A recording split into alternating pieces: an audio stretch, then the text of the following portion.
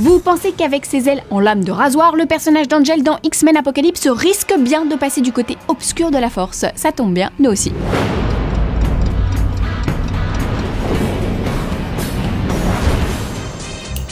Ça en réveille des souvenirs cette musique, hein. Et puis c'est plutôt raccord avec l'actualité car le projet de reboot des Gremlins s'est enfin relancé. Ça mérite bien une petite danse, non?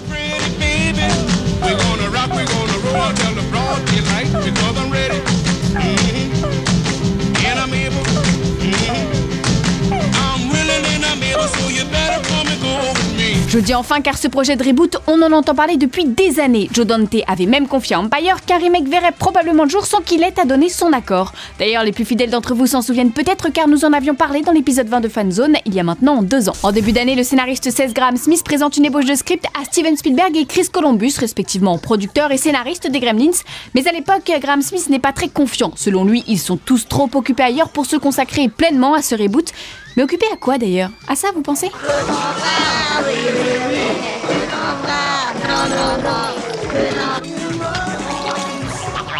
Attention!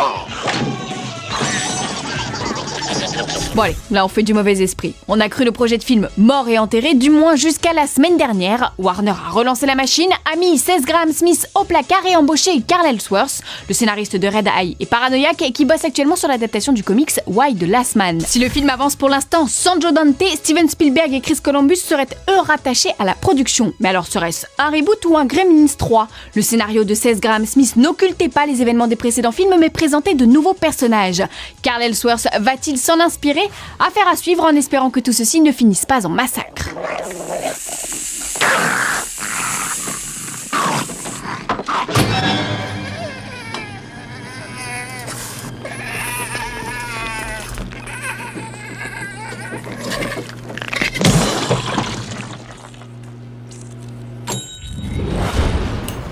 Aussi parfaite qu'Eddie Redmayne pressenti pour jouer Newt Scamander dans Les Animaux Fantastiques, voici les news en bref. Entre le démarrage de Daredevil, la sortie d'Avengers, le spin-off d'Agents du Shield, Marvel est sur tous les fronts mais n'en oublie pas pour autant le dernier né des studios, Ant-Man. La maison des idées vient de dévoiler dans le magazine Entertainment Weekly le premier cliché de Yellow Jacket, le super vilain joué par Corey Stoll. Si vous ouvrez grand vos yeux, vous pouvez apercevoir Ant-Man en bas, à droite. À première vue, le combat semble perdu d'avance pour notre fourmi de héros, mais il paraît que ce n'est pas la taille qui compte. Verdict le 22 juillet dans nos salles. En attendant, voici un pré-teaser d'une 30aine de secondes. Ça vaut pas une seconde bande-annonce, mais c'est toujours ça de prix. Imagine a soldier, the size of an insect.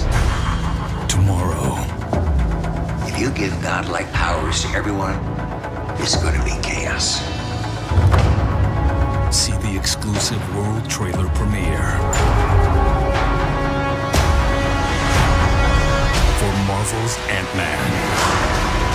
The first to see it tomorrow on Marvel.com. Pendant ce temps-là, DC Comics et Warner avancent eux aussi sur leurs propres films. On commence par quoi? Flash ou Aquaman? Allez, Flash. Le film s'est peut-être trouvé non pas un, mais 2 scénaristes, Phil Lord et Christopher Miller, à qui l'on doit la grande aventure Lego. Rien n'est encore signé, mais le studio les a chargés d'écrire une première version du film. Et par première version, il faut entendre un angle, une ambiance, un ton, des scènes et une esquisse d'intrigue. Ils ont intérêt à casser des briques s'ils veulent décrocher le contrat. De là à les imaginer derrière la caméra, il n'y a qu'un pas. Quant à Aquaman, le roi d'Atlantis pourrait avoir trouvé son réalisateur en la personne de James Wan, alias Monsieur Fast and Furious 7, alias Monsieur Carton au box-office. Côté stratégie, il semblerait que Warner tente de créer l'événement en ne sortant pas des réalisateurs de son chapeau comme Marvel en a pris l'habitude, mais en allant chercher pour ses films des grands noms. Un pari osé qui pourrait bien payer. Aujourd'hui, dans le courrier des Fanzoniens, on répond à John Rambo qui nous demande des nouvelles de Machete Kills Again in Space. Alors que l'on croyait le projet mort et enterré sous les collines d'Hollywood, il semblerait que le 3e volet de la saga Machete soit en passe de voir le jour. Danny Trejo, qui incarne le justicier mexicain depuis 2010, s'est récemment confié à nos confrères d'Halloween Daily News.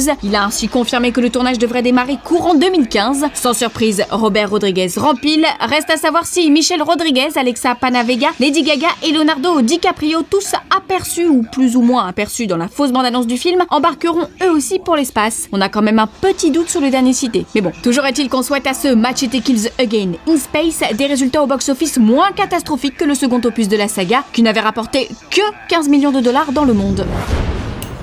Fanzone, c'est fini pour aujourd'hui, mais vous pouvez nous retrouver sur YouTube en vous abonnant à la chaîne Fanzone et à la chaîne Allociné.